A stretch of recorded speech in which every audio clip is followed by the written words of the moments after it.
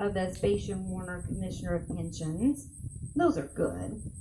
But then there's also the copybooks made at the same time that are the private and confidential correspondence of Vespasian Warner, Commissioner of Pensions. And in that book, I came across a letter where Vespasian is actually writing to a jeweler, and he's telling the jeweler, oh, my wife wants a cameo that's in the likeness of me. It must be my profile from this side. I've enclosed 2 photographs. If you need anything more from me, please let me know. So it's really neat to have the letter and the artifact and know, how the two, go together. So I'm sure that this probably was one of her most precious things, to have a cameo in a likeness of her husband. So I find that very, very precious. So once the campaign manager was out of the house and Vespasian and Minnie were married, they need, and he's, left his responsibilities in Washington, D.C., they need a place to live. So they began construction on what we know as the Manse on Center Street, where Bobby Perryman now lives, behind the library. But while that is being built, they come and stay and live here. At that time, this house is still considered, one of the finest houses in town. It's been kept up.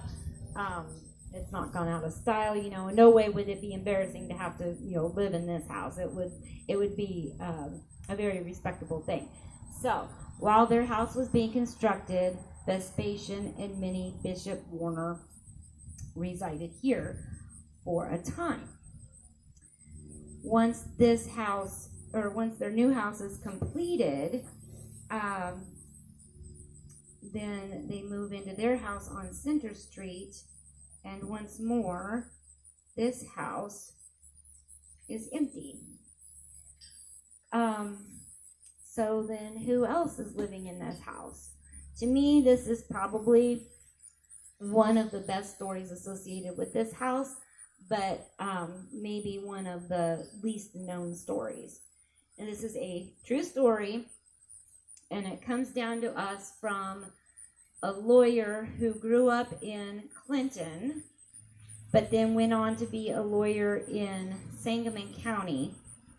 And he actually asked Vespasian Warner, he was curious about this, and he actually asked Vespasian Warner about this, and he is later in life then writing his recollection of what Vespasian Warner told him. So this is as close as we can get. I mentioned that Vespasian enlisted in the Union Army during the Civil War. So, I have a picture of him when he was in the Civil War. Very handsome he was. There he is, young Vespasian. So I think we're more familiar with photos of older Vespasian. So this is young Vespasian. So young Vespasian here is 19 years old. He has just been told that he has tuberculosis and he's not going to live long. So he decides, maybe it would be better to die on the battlefield than die in the bed. So he enlists in the 20th Illinois and is one of the first young men from DeWitt County to sign up to join the Union Army. So Vespasian Warner proves to be a very good and effective soldier. He's in the Battle of Shiloh. At the Battle of Shiloh, he takes a saber to the face, goes on to fight in other battles, ends up down in Georgia, other places, and then once the war was over, young Vespasian isn't quite done fighting, and so he ends up going out west and fights with the Indians for a while, and then eventually comes back to Clinton, settles down, marries C.H.'s daughter, and settles into that law partnership. So that's where Vespasian is. Now, During the Civil War, there is a Confederate soldier, 17 years old he was, born in Lexington, Kentucky. His name was Thomas Kelly. And Thomas Kelly, at the age of 17, decides that he's going to join the Confederate Army. He ends up joining what they call the Orphan Brigade because this group of men, by the time the war's over, there's like maybe a half dozen of them left. It was not the unit you wanted to be in.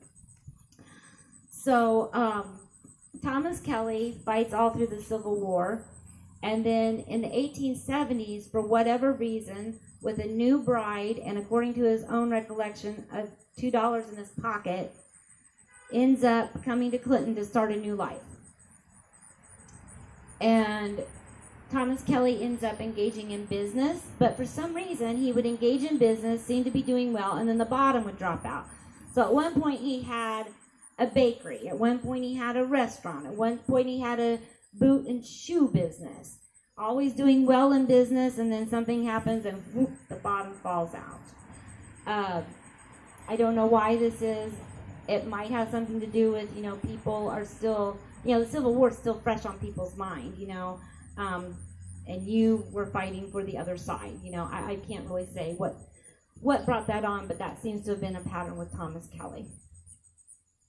So, Vespasian Warner is working at his office one night, and that would be the office that we now know as the Moore Warner